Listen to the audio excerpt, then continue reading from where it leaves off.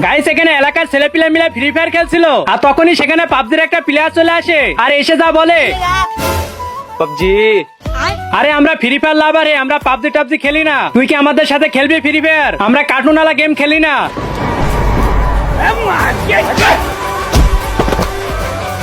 তোর এত বড় সাহস, তুই আমাদের গেমে কার্টুন বলিস? তাড়াতাড়ি ভাগ এখান থেকে, দাঁড়া তোদের এখনই দেখাচ্ছি মজা। এরপর পাবজির প্লেয়ারটা তাদের গ্যাং নিয়ে চলে আসে, এসে বলে ফ্রি ফায়ার লাভার আমাদের পাবজিকে অপমান করেছে, কি আজকে তো এদেরকে আমরা ছাড়বই না। আরে তোরা কি মারবি আমাদের? তোদেরকে মারার জন্য বাচ্চারাই যথেষ্ট।